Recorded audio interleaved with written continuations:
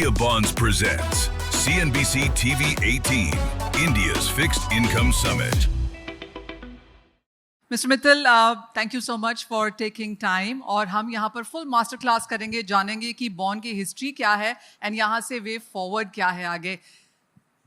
Mr. Mittal, 90s में ये बहुत कंट्रोल्ड मार्केट हुआ करती थी और फिर हमने देखा मार्केट ड्रिवन ऑक्शंस यहाँ पर होते थे, इंस्टीट्यूशनल ओवरहॉल था, कॉर्पोरेट बॉन्ड मार्केट्स में एक राइज आता हुआ देखा, प्राइवेट प्लेसमेंट बूम्स आए, उसके बाद हमने रिटेल एक्सेसिबिलिटी यहाँ पर आते हुए देखी और अब तो हम यहाँ पर डेरिवेटिव्स की बात कर रहे हैं, टोकनाइजेशन की बात कर रहे हैं. कैसे देखा है आपने ये पूरा चेंज और आप क्या कहेंगे, what is the major fundamental gain that we have seen across the market in all these years? Right. एक तो I am the only speaker जो हिंदी में बात करेंगे. I hope you will agree with that. I will speak in Hindi. 1984 में Tata steel सबसे पहले NCD लेके आया था. वो एनसीडी अनलिस्टेड था और उसने अपने इक्विटी शेयर होल्डर्स को ही वो एनसीडी दे दिया. इसके बाद issue. Aditi, would you want to join us? Mr. Mittal, 1 second. Aditi, please. Yeah, I was looking at that chair and wondering. Yeah, for you.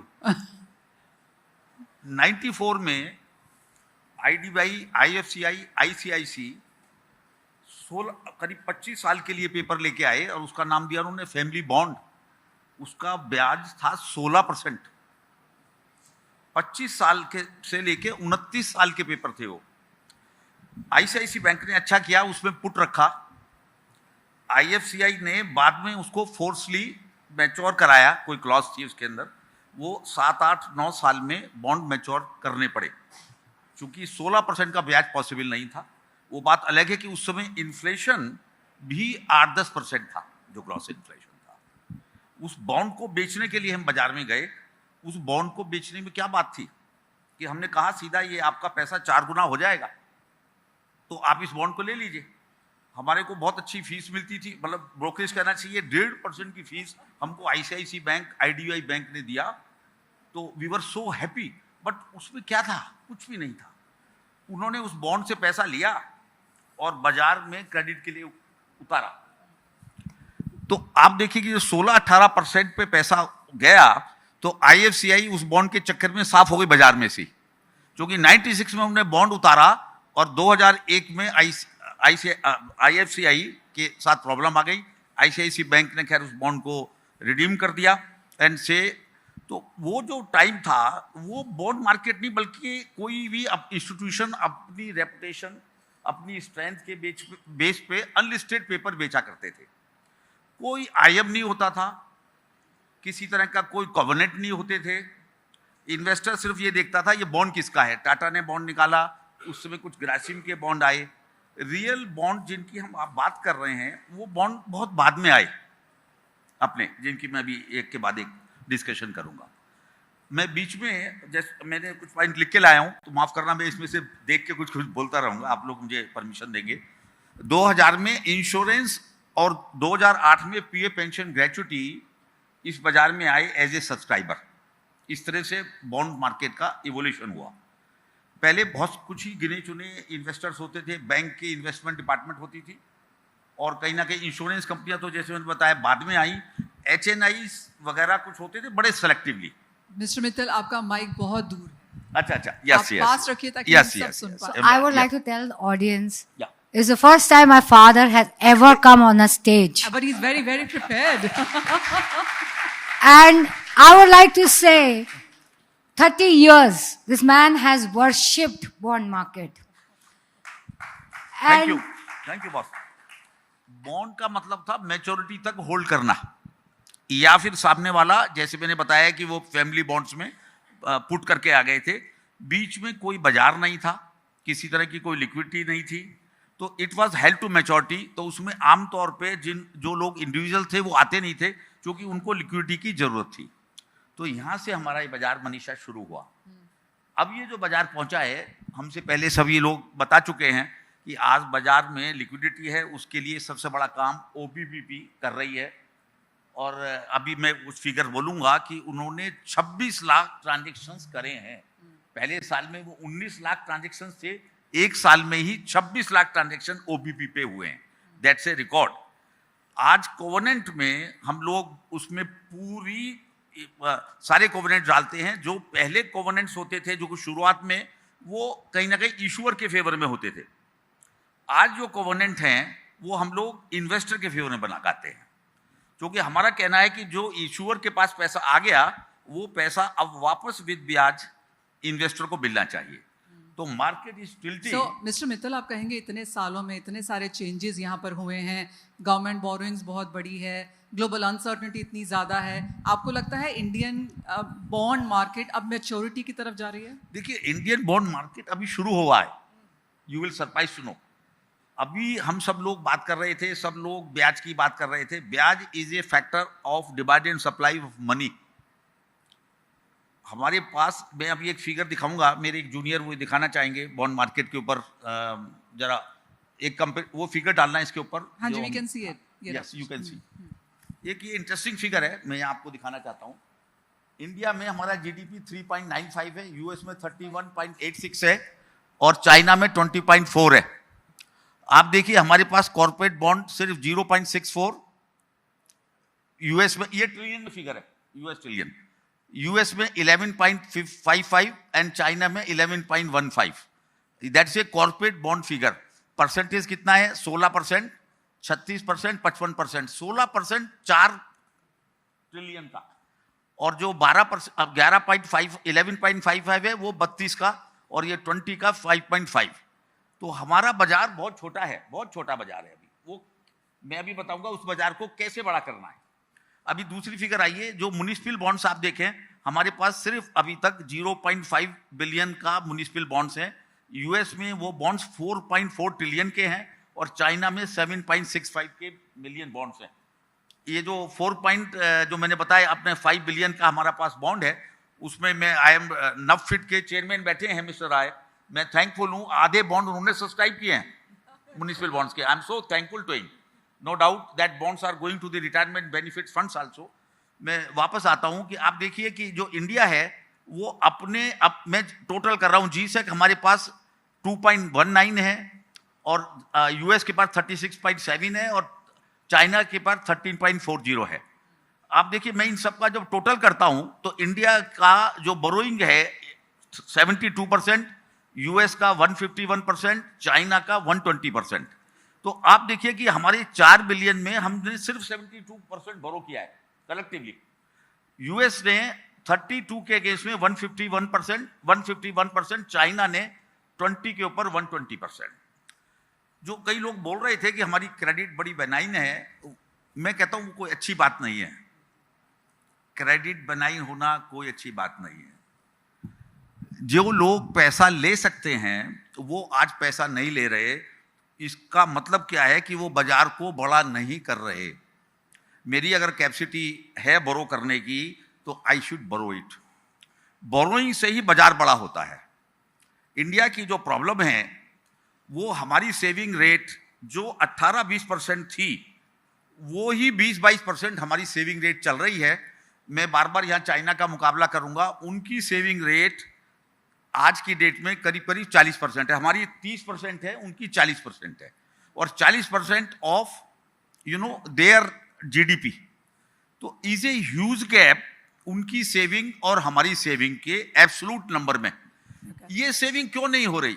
Matter ये है, बाजार छोटा है, सेविंग क्यों नहीं हो रही? जो कौन सेव करता है? अब हमारे बुजुर्ग सेव करते थे, मैंने भी सेव किया। अभी जो पिछले 15-20 साल में हमने देखा, सेविंग रेट्स एक जगह स्टेबल हो गई और वो बढ़ नहीं रही, और जो सेविंग होकर पैसा आ भी रहा है वो बॉन्ड बाजार में नहीं आया। वो आज की डेट में कई जगह रियल्टी में गया, कई जगह गोल्ड में गया। गोल्ड में मुझे कोई प्रोडक्टिविटी लगती नहीं है, जो भी प्राइस आया हो। मेरा ये कहना है सेविंग रेट से, आज मैं बॉन्ड मार्केट की तरफ से क्यों बोल रहा हूं कि सेविंग जो रेट अगर मैं सेविंग, मुझे भारत में जाना है, कैसे ये बढ़ेगा? मैं बाजार बढ़ाने के लिए कहता हूं, बॉन्ड बाजार कैसे बढ़ेगा? मुझे भारत में जाना होगा। ये हमारा बॉम्बे क्लब है जहां मैंने 90s में दिल्ली से आके कदम रखा।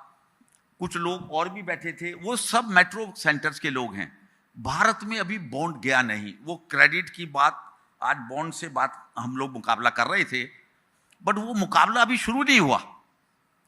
जैसे म्यूचुअल फंड के डिस्ट्रीब्यूटर्स ने अपना म्यूचुअल फंड बेचा, शुरू में म्यूचुअल फंड फेल हो गए थे, फिर म्यूचुअल फंड डिस्ट्रीब्यूटर लगाए गए। सब मैं 50s में जाता हूँ। सबसे पहले अपने पोस्ट ऑफिस स्कीम आई, वो नहीं चल पाई, उनके एजेंट्स को लगाया गया। उसके बाद 60s में इंश्योरेंस कंपनीज आई, नहीं चली, LIC थी, LIC के इंश्योरेंस आए, एंड ऑफ कोर्स बाद में मैंने बताया म्यूचुअल फंड के इंश्योरेंस आए। अभी OBPP वालों ने एक मांगा है जो कि सेबी कंसीडर कर रही है, वो डेट डिस्ट्रीब्यूशन। डेट डिस्ट्रीब्यूशन हमको भारत में जाके करना है। आज हम विकसित भारत की बात करते हैं, यहां से हम बातें कर सकते हैं, यहां से हम डेवलप नहीं कर सकते। जो हमको मिल रहा है हम एक दूसरे को दे सकते हैं। हमको इस बाजार को बड़ा करना है राय साहब, उसके लिए हमको भारत जाना है। हाँ चीमा मैम सुन रही है, बहुत अच्छी बात है। मेरा क्या कहना था कि आज वो गांव का आदमी क्यों बचाएगा पैसा, उसको अपनी सेविंग से, आज उसको पता चल गया मेरा इन्फ्लेशन 4% है, तो मुझे बैंक वाला अगर 5% का ब्याज दे रहा है और वो भी मैं जब वापस मांगने जाती हूं तो 1% का ब्याज घटा देता है चिमा जी, तो हाथ में वो 4% का ब्याज रख देता है। मैं बॉन्ड मार्केट से उसको 7 से 10% का ब्याज देना चाहता हूं, दे सकता हूं, बट मैं अभी वहां गया नहीं। मुझको लॉट ऑफ एजुकेशन देनी है वहां जाके। नंबर 1 वो डेट डिस्ट्रीब्यूशन का एक कंसेप्ट हम लोगों ने दिया है, जो मैडम सेबी इज कंसिडरिंग। मैं सेबी मैडम को ही सेबी कहूंगा, बात हुआ है, तो they are considering in that way. वो जो सेविंग है जो कि मैं लाया हूं, वो सीधा एक प्रोडक्ट बनाती है मैन्युफैक्चरिंग इंडस्ट्री पे जाने के लिए। जब तक नया पैसा नहीं आएगा। Yes absolutely. यू नो, आप जो जैसे कह रहे हैं मिस्टर मित्तल और आदिति ने जैसे कहा पहली बार स्टेज पे आए, एक तो वैसा लग नहीं रहा बिकॉज उन्होंने स्टेज ओन कर ली है। Yes thanks so nice of you. मेरा जो बॉन्ड है वो एक प्रोडक्ट देता है। मेरा एक बॉन्ड जो है वो प्रोडक्ट देता है, वो प्रोडक्ट इनकम देता है, इनकम वापस सेविंग के थ्रू वापस बॉन्ड में जाती है। ये साइकिल पूरा होगा। मुझे इन्फ्लेशन से ऊपर इनकम देनी है, वो मैं सिर्फ बॉन्ड से दे सकता हूं। बैंक्स की अपनी प्रॉब्लम है, वो 5% पे ब्याज पे पैसे लेते हैं, उनके पास अपने 2-3% के खर्चे हैं। मैं उनको इनएफिशिएंसी नहीं कहूंगा, जो लोग समझें।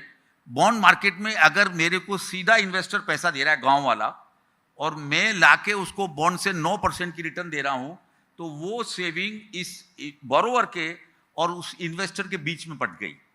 मेरी जो एफिशिएंसी है सिस्टम की, चीमा जी, बढ़ गई। और उसको मन करता है कि मैं इन्फ्लेशन से अगर 4% ऊपर लाया हूं तो मुझे बॉन्ड मार्केट में पैसा लगाना चाहिए। आप MSME को पैसा बाजार में दे रहे हैं 12% से 20%, कौन सी MSME चलेगी? जितनी MSME अनसिक्योर्ड हैं, नियर डिफॉल्ट पे हैं, काफी डिफॉल्ट कर गई, उनका क्या दोष था? 22%, 24%, 18%, 26% वो उद्यमी लोग थे, यंग जनरेशन थी। आई फील सो बैड जब मैं देखता हूं, मैं उस बाजार में हूं, सिक्योर्ड MSME चल रहे हैं बाजार में, बट उनको भी 10 से लेके और 18%, 16% का पैसा मिल रहा है। मैन्युफैक्चरिंग कम हो गई है, सर्विसेज इंडस्ट्री को पैसा चाहिए नहीं, एग्रीकल्चर को आप पैसा देना नहीं चाहते, तो इस क्लब में इससे लेके पैसा वहां दे दिया, वहां से लेके पैसा वहां दे दिया, और सिर्फ बात कर ली कि 8%, 9% ये हो रहा है। नया बाजार नहीं बढ़ा रहे। हमारी सेविंग रेट, पराग जी, चाइना से अगर 40% हम लोग अपने GDP को बढ़ाते हुए ले जाएं, कितना बड़ा प्रोडक्ट बनता है, जो मेरा बॉन्ड प्रोडक्ट बनाता है। मुझे सिर्फ इन्फ्लेशन से ऊपर ब्याज देना है, वो बॉन्ड से पॉसिबल है। लेकिन बॉन्ड खाली मेट्रोपॉलिटन से कलेक्ट नहीं होगा। I have to go to Meerut, not only Meerut के छोटे कस्बे में। हो सकता है चीमा जी हमको 10 साल लगे, बट हम वहां पहुंच जाएंगे। इक्विटी की जो हम बात करते हैं, जो लोग बाजार के नहीं है, उसकी स्ट्रेंथ सिर्फ डेट है। कौन सी इक्विटी बिना डेट के खड़ी हो सकती है? खाली इक्विटी से आप क्या कर सकते हैं? कुछ नहीं कर सकते। तो उस इक्विटी की बैलेंस शीट में 3 टाइम्स डेट चाहिए, 3 टाइम्स डेट। यहाँ कई हमारे कुछ फिनटेक के लोग बैठे हैं, मैंने देखा पूना से मिस्टर गोयल आए थे। They are working very hard, no doubt. क्या अनसिक्योर्ड इंडस्ट्री को पैसा नहीं मिलना चाहिए? जरूर मिलना चाहिए। माइक्रो फाइनेंस में बैठे हैं मुद्दूत माइक्रो वाले, जरूर मिलना चाहिए। उनके रेट क्यों इतने ज्यादा हैं? क्योंकि जो सप्लाई ऑफ मनी कम है। सप्लाई ऑफ मनी हमारे सिस्टम के उससे बन रही है, डेफिशिएंसी से। 30, 35, 40% लोग मनरेगा पे काम कर रहे हैं, उनको अगर हम इनकम दें, कमाई, वो अपने लिए खुद ही सेव करके वापस प्रोडक्ट बनाते हैं। मैं इस साइकिल को समझाना चाहूंगा कि जो देहात का आदमी है उसको सेविंग करने की आदत पड़नी चाहिए, भले ही वो साल महीने के एंड में 200 रुपए बचाए, 500 रुपए बचाए। हमारे पास 1000 रुपए का भी बॉन्ड है जो हम पब्लिक इशू से लाएंगे। जब वो बैंक में एक दफे सेविंग करके अपना डिबेंचर खरीद लेता है तो वापस हम सिस्टम से उसको 2000 रुपए का लोन दे सकते हैं। M3 हमारी इकोनॉमी बड़ी इसलिए नहीं हो रही, 4 ट्रिलियन के आसपास आप इकोनॉमी को देख रहे हो। मोदी जी कोशिश कर रहे हैं, बहुत कोशिश कर रहे हैं। उनकी अपनी बहुत सारी परेशानी है, मैं समझता हूं, बहुत सारी बातें मैं भी नहीं समझता, बट मैं ये समझता हूं कि कहीं ना कहीं हमको छोटी जगहों पर या भारत में बॉन्ड ले जाना होगा। बॉन्ड ही नेक्स्ट स्टेप है। बैंक्स हम को यहां तक ले आए, आजादी के बाद हमको बैंक्स लाई थे यहां तक, बट यहां से आगे अब बॉन्ड लेके जाएगा। Absolutely, yes. And I think audience knows from where my passion comes. And I could see that the room has again become full when my father started talking. But थोड़ा सा बाबा हम मनीषा को भी टाइम देते हैं सवाल करने के लिए। No, I basically want to know, Aditi की घर में conversations क्या होती हैं? मेरठ जाना है बॉन्ड को लेकर। Actually में मनीषा यही होती है Really? कि मैं टीयर 1 सिटी में और क्या करूं। अब तुमको टीयर 2 और टीयर 3 जाना है, तुम वीकेंड पे अब जो है थोड़ा सा फैमिली से और टाइम बाहर निकालो और मेरे साथ घूमो। एक्चुअल में यही बात हो रही है आजकल। देखिए, मैं एक मिनट लूंगा दीदी, हमको बॉन्ड मार्केट को सॉरी, हमको बॉन्ड मार्केट को बड़ा करना है। बॉन्ड मार्केट एक दूसरे से पैसे लेने देने से बड़ा नहीं होगा। हमको फ्रेश मनी चाहिए। फ्रेश मनी भारत से आएगा। भारत का आदमी कहता है मेरे को इन्फ्लेशन से ऊपर इनकम दीजिए, और जब मैं बेचने आऊं तो बॉन्ड खरीद लीजिए, क्योंकि वो हेल्ड टू मेजॉरिटी नहीं रखेगा, उसको पैसे की जरूरत पड़ सकती है। क्योंकि बॉन्ड वाला कहता है मुझे 3 चाहिए, मुझको प्रिंसिपल टाइम से वापस चाहिए, मुझको ब्याज चाहिए, और अगर मैं बेचने आऊं तो वापस खरीद लेना। वापस खरीदने के लिए मिस्टर उन्होंने बहुत अच्छा किया, रिलायंस वालों ने कहा कि यस, मिस्टर त्रिपाठी जी ने कहा कि हम मार्केट मेकिंग करेंगे, जो सेबी करने जा रही है, बड़ी मार्केट मेकिंग। नो डाउट जिस समय वो बॉन्ड बेचने आए तो कोई खरीदार होना चाहिए। सिस्टम को हमने ही डिफॉल्ट प्रो डिफॉल्ट बनाया हुआ है। आज स्टेट लेवल में मैं काम कर रहा हूं 70 से, कई स्टेट लेवल के पेपर लिक्विडिटी ना होने की वजह से डिले हुए, डिफॉल्ट नहीं हुए। एक व्यापारी को डिफॉल्ट करता है, वो मेहनत कर रहा है, उसने डिबेंचर निकाला था, तो अगर उसको हम उसी से पहले एक डिफॉल्ट स्वैप जो आरबीआई ने कभी कहा, जो यूरोप में स्टेट्स में चलता है, हमारे यहाँ क्यों नहीं है वो डिफॉल्ट स्वैप, मैं उसका प्रीमियम देने को तैयार हूं। जब मेरे से मैं बॉन्ड निकालूं, मैं डिफॉल्ट स्वैप की प्रीमियम दूंगा। जितनी नीचे की रेटिंग है, आपने कहा कि वहां यूएस में, जापान में कई जगह रेटिंग नहीं है, बहुत अच्छी बात है, बट हमारी मजबूरियां हैं, हम रेटिंग हैं। लेकिन मैं लो रेटिंग में चाहूंगा कि स्वैप के साथ, डिफॉल्ट स्वैप के प्रीमियम के साथ बाजार में वो आना चाहिए। It's difficult to when I am giving the swap, but वो स्वैप में थोड़ा टाइम लग रहा है इस डील में। एक मेरा दूसरा कहना है कि जैसे DICGC है बैंक के लिए, मैं जो पब्लिक इशू लाऊं और जो कहीं ना कहीं नॉन इंस्टीट्यूशनल इन्वेस्टर आए, DICGC की तरह मेरे पास एक प्लान है। वो है कहीं ना कहीं हम DICGC की तरह अपना इंश्योरेंस ला सकते हैं इसी तरह का, उसको हम कहेंगे fix income credit guarantee scheme. उसके लिए एक्सचेकर पर कोई प्रेशर नहीं है, जो इशूअर है वो ही पैसे देगा। मिस्टर मित्तल, आपने ऑफ कोर्स सारी प्रॉब्लम्स यहाँ पर बताई हैं, अपना पूरा एक्सपीरियंस आपने यहाँ पर बताया, और हम कहाँ पर ये खड़े हैं। टाइम अप है, लेकिन एक फाइनल सवाल आपसे जरूर जानना चाहूंगी। काफी सारी दिक्कतें हैं जो आपने हमें एक एक वर्ड करके यहाँ पर समझाई। टैक्सेस की बात हम जब से ये प्रोग्राम शुरू हुआ है तब से यहाँ पर कर रहे हैं, तो taxes, liquidity, awareness, reaching the last mile, आपको क्या लगता है एज ऑफ नाउ किस पुश की जरूरत है? मेरे को समझता है हमको भारत में जाना है। मेट्रोपॉलिटन से हम बड़े नहीं हो सकते। हम मेट्रोपॉलिटन में सोच सकते हैं, या स्कीम बना सकते हैं, रूल रेगुलेशन बना सकते हैं, हमको भारत जाना होगा। So Aditi, अगर हम numbers यहाँ पर देखें तो what are we getting in from metro cities and what are we getting from tier 2, tier 3 It's cities? mostly metro It's mostly right metro. now because investor awareness is very poor. So what we need to do is, of course, we have learned it from other मैं एक asset minute और लेता हूँ, classes. हमको educate करना होगा। भारत में क्यों जाना है? क्योंकि उनको एजुकेट करना है। एजुकेट करने के लिए अभी पहले भी एक प्रोग्राम था, नेचुरली हमारी फ्रेटर्निटी के लोग और एक तो हमेशा तैयार है कि हम जो अपना NISM है उसके साथ मिलकर बड़ा प्रोग्राम करना चाहते हैं। मैं सेबी का बड़ा शुक्रगुजार हूँ, जो आपने जैसे सब्सक्राइबर के रूप में राय साहब ने पैसा डाला, बट कहीं ना कहीं बॉन्ड तो निकले। आपने देख लीजिए जो फिगर है, अभी फिगर चली गई है, म्युनिसिपल बॉन्ड्स बहुत जरूरी थे। हमने म्युनिसिपलिटीज को कैसे काम करते हुए देखा है, गली मोहल्लों में कुछ असेट्स नहीं थे, बड़ी मुश्किल से बिजली पानी मिलता था। और मैं आज US की म्युनिसिपलिटी से अपना मुकाबला करूं तो मुझको शर्म आती है। लेकिन चलो प्रोग्राम शुरू हो गया, मैं बोलता हूं शुरू हो गया, ये स्टार्ट है, इसको अब बंद नहीं होने देंगे। You will go to India and a bond in every hand is my नारा। जय Hind. Mr. Mittal, thank you so much for that. I mean, that was like a master class as we promised you and went very, very well. Thank you. Thank you, Mr. India Bonds presents CNBC TV 18, India's Fixed Income Summit. Fixed returns do not constitute guaranteed or assured returns. Investments in corporate debt securities, municipal debt securities, securitized debt instruments are subject to credit risks, market risks and default risks including delay and or default in payment. Read all the offer related documents carefully.